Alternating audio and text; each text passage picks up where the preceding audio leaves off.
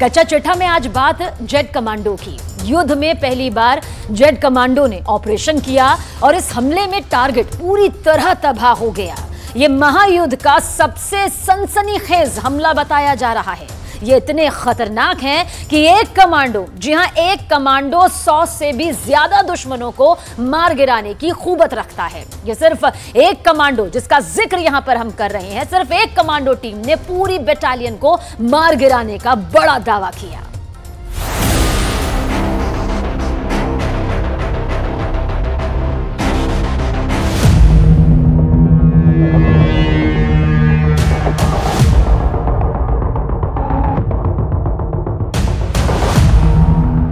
ये वो कमांडो हैं जो लहरों के बीच ऐसा ऑपरेशन करते हैं कि दुश्मन हैरान रह जाता है। ये वो कमांडो हैं जो जेट स्पीड से अटैक करते हैं और दुश्मन को चौंका देते हैं। ये वो कमांडो हैं जो समंदर की सबसे खतरनाक अटैक मशीन कहे जाते हैं। ये वो कमांडो हैं जो लहरों को चीरते हुए जब आगे बढ़ते हैं तो डिफेंस के लिए चंद सेकंड ही मिलते हैं और तब तक काम तमाम हो जाता है। यूक्रेन ने अपने इसी जेट्स की कमांडो टीम का इस्तेमाल किया है और इस कमांडो टीम ने जो रेड की है उसने रूस को बहुत बड़ा झटका दिया है।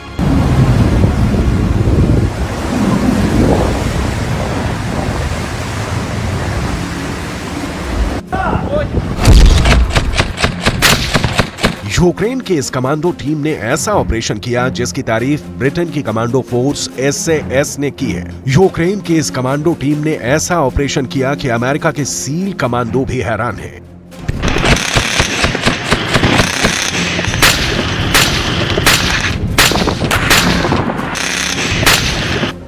जिस मिशन को अंजाम दिया गया उसके बारे में ब्रिटेन की कमांडो फोर्स SAS ने कहा था कि यह मुमकिन नहीं है, ये अटैक फेल हो जाएगा, लेकिन यूक्रेन ने वो करके दिखाया है जिसकी उम्मीद व्लादिमीर पुतिन को बिल्कुल नहीं थी।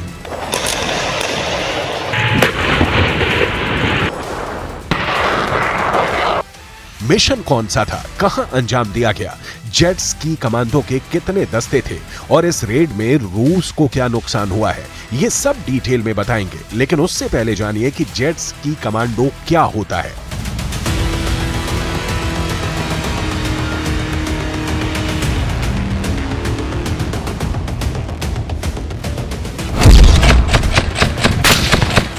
जेट्स की कमांडो दस्ते में दो सैनिक होते हैं, एक जेट स्की चलाता है और दूसरा पीछे बैठकर टारगेट पर अटैक करता है। यानी ये दोनों कमांडो एक जेट स्की पर सवार होते हैं और दुश्मन के टारगेट को खत्म करते हैं। इसके लिए इनके पास लॉन्ग रेंज वाली राइफल भी हो सकती है, मशीन गन भी हो सकती है और रॉकेट लॉन्चर भी हो सकता है। दोनों ही कमांडो हथियारों से लैस होते हैं। इस दस्ते में कई जेट स्की हो सकती है जो एक साथ ऑपरेशन को अंजाम देते हैं। यूक्रेन की जेट्स की कमांडो टीम ने वो करके दिखाया है जिसका अंदाजा खुद ज़ेलेंस्की को भी नहीं था। इस कमांडो टीम ने एक बहुत ही खतरनाक प्लान बनाया जिसमें टारगेट पर क्राइमिया की एक लोकेशन रखी गई।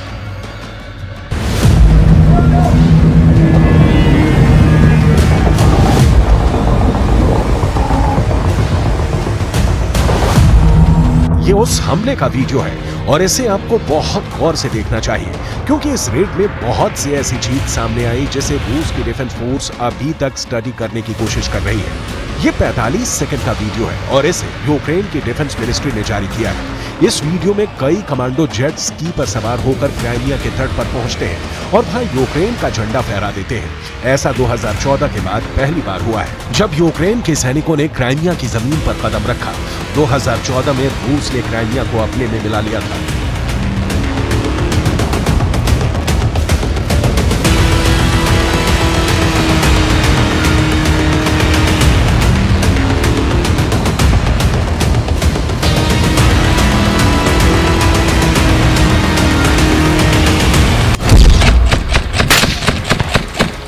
इस ऑपरेशन में जेट स्की को इसलिए चुना गया क्योंकि ये 80 किलोमीटर प्रति घंटे की रफ्तार से भी तेज भागती है। पानी पर इतनी स्पीड की वजह से नौसेना के जहाज इसका पीछा नहीं कर सकते। एक बार फ्यूल टैंक भरने के बाद ये 150 किलोमीटर का सफर तय कर सकती है।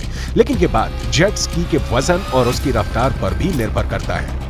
ये रेंज 200 किलोमीटर तक बढ़ाई जा सकती है।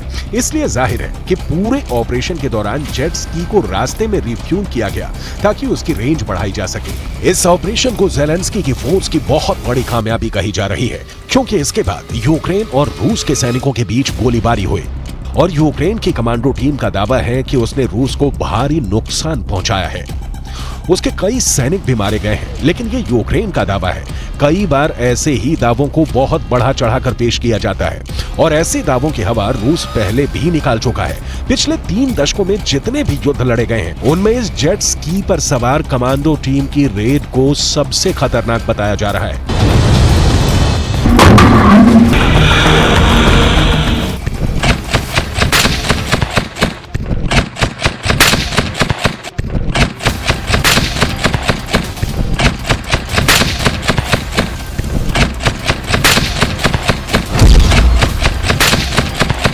इस कमांडो रेड में 10 जेट स्की शामिल हुए, यानी हर जेट स्की पर 2 कमांडो। और इस तरह इस अटैक में 20 कमांडो शामिल हुए। काला सागर में इस ऑपरेशन को रात के अंधेरे में अंजाम दिया गया और इसके लिए दोनों तरफ यानी लॉन्च पैड से क्राइमिया और वापस यूक्रेन तक 430 किलोमीटर का सफर तय किया गया।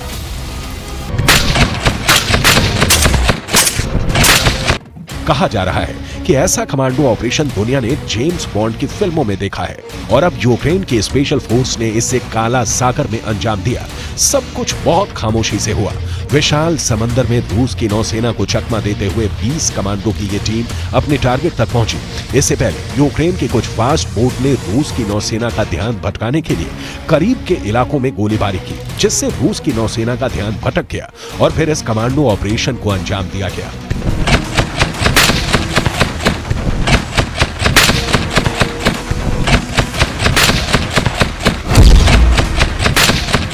इस ऑपरेशन में रूस के एक ठिकाने को टारगेट किया गया, जो रूस का एक इलेक्ट्रॉनिक वॉरफेयर सेंटर था।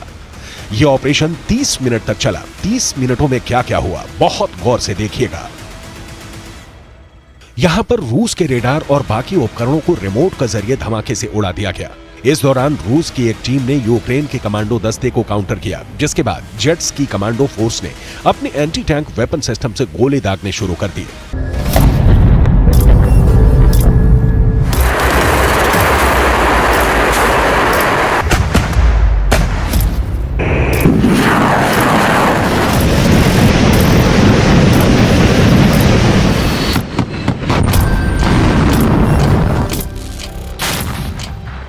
यूक्रेन का दावा है कि अगस्त में हुए इस ऑपरेशन में रूस को बहुत बड़ा नुकसान हुआ है। उसके कई सैनिक भी इस हमले में मारे गए।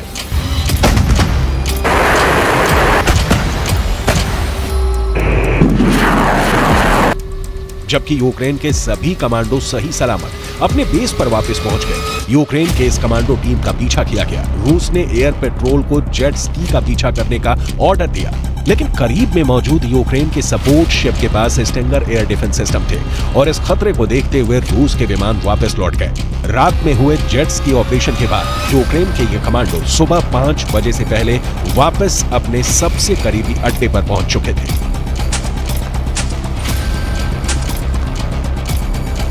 सिर्फ समंदर में ही नहीं, जमीन पर भी यूक्रेन बहुत छुपे हमले कर रहा है और इसकी बहुत बड़ी मिसाल बखमूत का एक स्नाइपर बन चुका है। यूक्रेन के स्नाइपर का खौफ बहुत ज्यादा है। रूस की आर्मी बखमूत में उन बचे खोचे इलाकों में जाने से डर रही है जहां ये स्नाइपर एक्टिव है।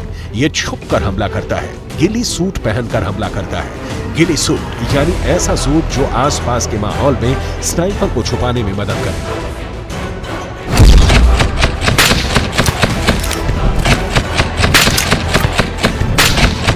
यूक्रेन का ये स्नाइपर 113 रशियन सैनिकों की जान ले चुका है। 113 बहुत बड़ा आंकड़ा है, इसलिए रूस की सेना की एक पूरी कंपनी इस अकेले स्नाइपर ने खत्म कर दी है।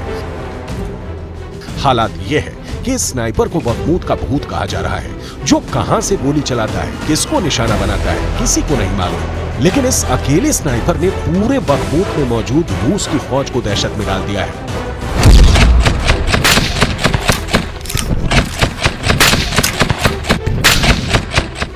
यूक्रेन का यह स्नाइपर इतना खतरनाक है कि उसने अपनी लॉन्ग रेंज स्नाइपर राइफल से 2.5 किलोमीटर के फासले तक रूस के सैनिकों को टारगेट किया है और ऐसा ही इसने 113 रशियन सैनिकों को मौत के घाट उतार दिया और ऐसे ही इसने 113 रशियन सैनिकों को मौत के घाट उतार दिया।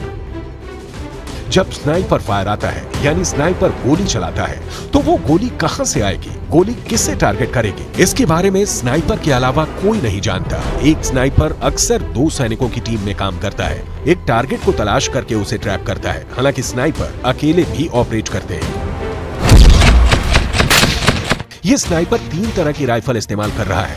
एक है अमेरिका की बनी बैरट M107 जो 4 किलोमीटर की रेंज तक हिट कर सकती है, जबकि दूसरी राइफल है यूक्रेन की ही बनी UAR-10, इसकी रेंज 1.5 किलोमीटर तक है। तीसरी राइफल है स्नाइपेक्स एलिगेटर, इसकी रेंज है 2 किलोमीटर। बखमूत में हजारों सैनिक मारे गए हैं और ऐसा दोनों तरफ हुआ है। बखमूत का युद्ध ना ज़ेलेंस्की के लिए आसान रहा, ना ही पुतिन के लिए। वैगनर के लड़ाकों ने शुरुआत में जो कामयाबी हासिल की, उसके बाद से रूस यहां कमांडिंग पोजीशन में है। लेकिन बखमूत का 10% इलाका अब भी ऐसा बचा हुआ है जहां युद्ध जारी है और यहीं पर इस स्नाइपर की वजह से रूस के लिए खतरा बना हुआ है। आखिर एक स्नाइपर की वजह से अपनी एक कंपनी फौज खो देना, ये रूस जैसे देश के लिए बहुत शर्मनाक कहा जाएगा।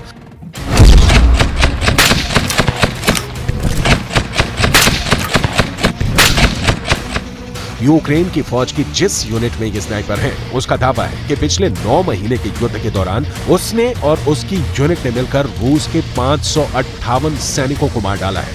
558 सैनिक यानी करीब 1 बटालियन को सिर्फ स्नाइपर और उसकी टीम ने मौत के घाट उतार दिया है। इस स्नाइपर का नाम नहीं बताया जा रहा है क्योंकि इसकी पहचान गुप्त रखकर ही रूस की सेना में दहशत फैलाई जा रही है और इसीलिए इसे बखमूत का भूत कहा जा रहा है। इसकी यूनिट का दावा है कि उसने रूस के कई हाई प्रोफाइल अफसरों को स्नाइपर हमले में ही मार दिया है। जब भी कोई कर्नल या उससे ऊपर जनरल रैंक तक का अधिकारी इलाके में होता है तो ये स्नाइपर टीम एक्टिव हो जाती है और उसके करीब पहुंचकर उसे मारने की पूरी कोशिश की जाती है। कई बार तो ऐसा हुआ है कि एक टारगेट को हिट करने के लिए एक ही पोजीशन पर 16 घंटे जमे रहना पड़ा और इस दौरान सबसे बड़ी चुनौती ये होती है कि रूस की सेना को पता न चल पाए कि यूक्रेनी स्नाइपर घात लगाकर बैठा हुआ है। युद्ध में ऐसे ही हीरो तैयार किए जाते हैं जो बाकी पस्त पड़ी फोर्स का हौसला बढ़ा सके।